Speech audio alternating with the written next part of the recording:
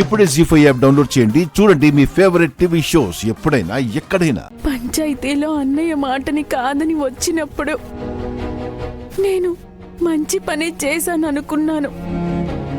కానీ గుళ్ళో అన్నయ్యకి అడ్డుపడి నా భర్తని కొడితే మర్యాదగా ఉండదని కోపడ్డాను.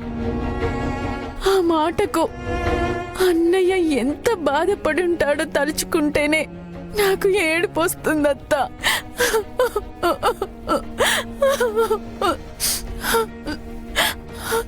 గంగనడ్డుకోవాలంటే నీ బలం సరిపోదమ్మా. అప్పుడు నీ మాటే ఉపయోగపడింది. తెలుసో తెలియకో అలా అన్నావు, కానీ మంచే జరిగింది కదా. అన్నయ్యను అలా ఉంటే నేను మంచి పని చేసినట్ట అత్త. నువ్వు గనక ఆ మాట అనుండకపోయుంటే నా కొడుకు గుళ్ళోనే ప్రాణాలు వదిలేసేవాడు. ఇప్పటికే ఊరంతా మాట్లాడుకునేవారు. అవును నాగవల్లి, దేవా ఏం మాట్లాడి గంగని రెచ్చగొట్టాడో తెలియదు, కాని ప్రాణాల మీదకి తెచ్చుకున్నాడు. గొడవ చెయ్యాలని తండ్రి కొడుకులు మాట్లాడుకున్నట్టున్నారు. నువ్వు కూడా సౌభాగ్యవ్రతమని ఎందుకత్తా అబద్ధం చెప్పావు? ఇప్పుడు నా మెళ్ళో నల్లపూస లేకపోతే నష్టమేం లేదు కదా అత్తా. ఎప్పుడు ఏది జరగాలనుంటే అది జరుగుతుందమ్మా. రాక్షసులున్న ఈ ఇంట్లో ఇంకా నేను బతికున్నానంటే అది బలం కాదు, నా రాత. కాదు కాదు, నా తలరాత. అంతేనమ్మా. మీ మావయ్య నా మీద చేయి చేసుకున్నాడని నీ మనసు నొచ్చుకొనుండొచ్చు, కానీ అది నీకు కొత్తేమో. నాకైతే అది పాత విషయమే. దౌర్జన్యం జరక్కపోతే ఆశ్చర్యపడే రోజులు నా జీవితంలో ఉంటాయి. సగం జీవితం ఎప్పుడో అయిపోయింది. నన్నింకేం చేయలేరని నాకు తెలుసు, కానీ నువ్వు బావుండాలమ్మా. మీ అన్నయ్య, మీ అక్కలు, నీ చెల్లెలు అందరూ ఏ సమస్యలు లేకుండా ఉండాలి. దాని గురించి నువ్వేం ఆలోచించకు. ముందు నువ్వు భోంచేయి. వద్దత్త, అన్నయ్య అలా అన్నందుకు నాకు ఈ పూట ముద్దు కూడా దిగదు. గంగా ఆవేశంలో అర్థం ఉందన్నట్టే నీ కోపం వెనక కూడా మంచి కారణం ఉందనేసి వాడు తెలుసుకునే రోజు రాకపోదు నాగవల్లి. అందరినీ కలిపే బాధ్యత నీకుందని నిన్నిక్కడికి తీసుకొచ్చాను. నువ్వు నా మేనకోడలివి కావచ్చు, పెళ్ళయ్యాక ఈ ఇంటి కోడలయ్యుండొచ్చు, కానీ శివపార్వతిలాగా నువ్వు కూడా నా కూతురువే అనుకుంటా. బిడ్డ తినకపోతే అమ్మ కూడా పస్తులుంటుందమ్మా. నువ్వు తినత్తా, నా గురించి ఆలోచించొద్దు. ఆహా, ముందు నువ్వు తిను. ఇదిగో.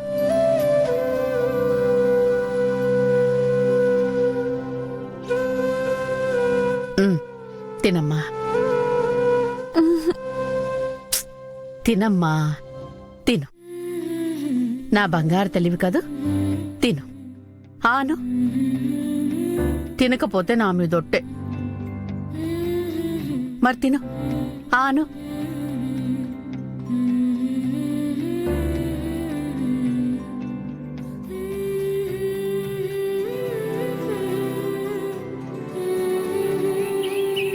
ఏంటి, రిజల్ట్స్ వచ్చాయా?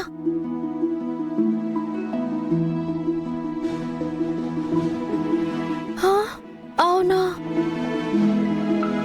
అయ్యయ్యో. సరే,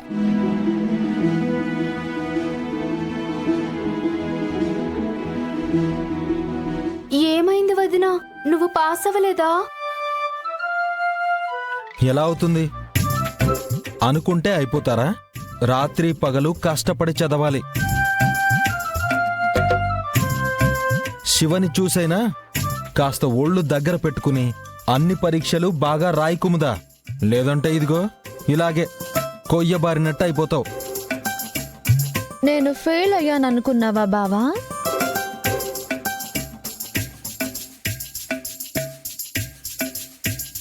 కాలేదా? నేను ఫస్ట్ క్లాస్ లో పాస్ అయ్యాను.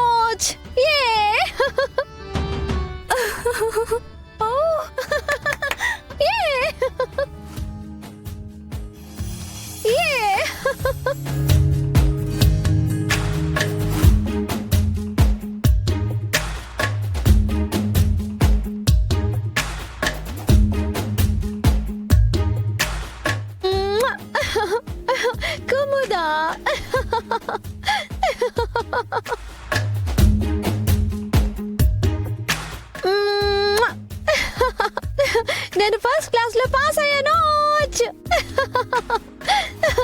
పాస్ అయ్యాను బావా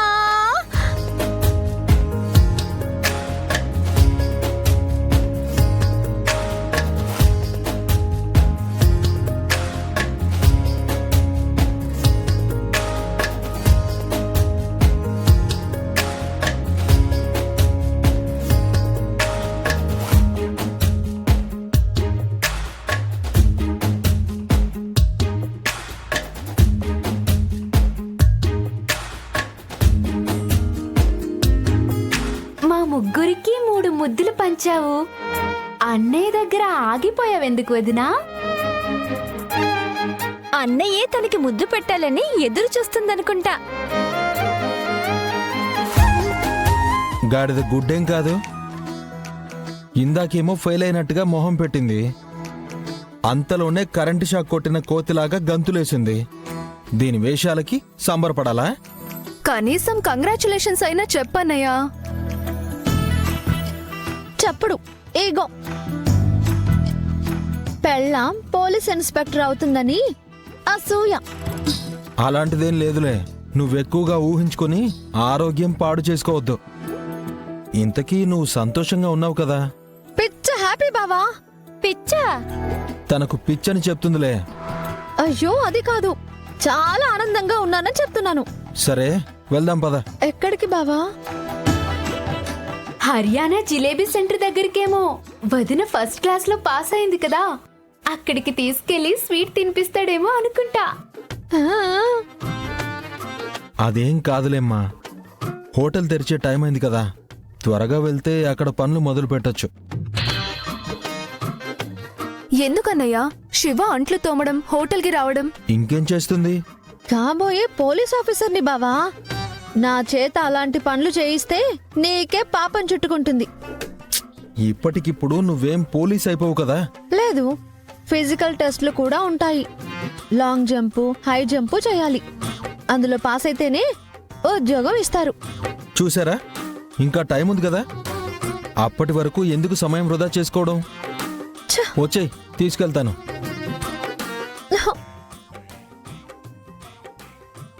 చూస్తున్నావేంటి, ఎక్కువ.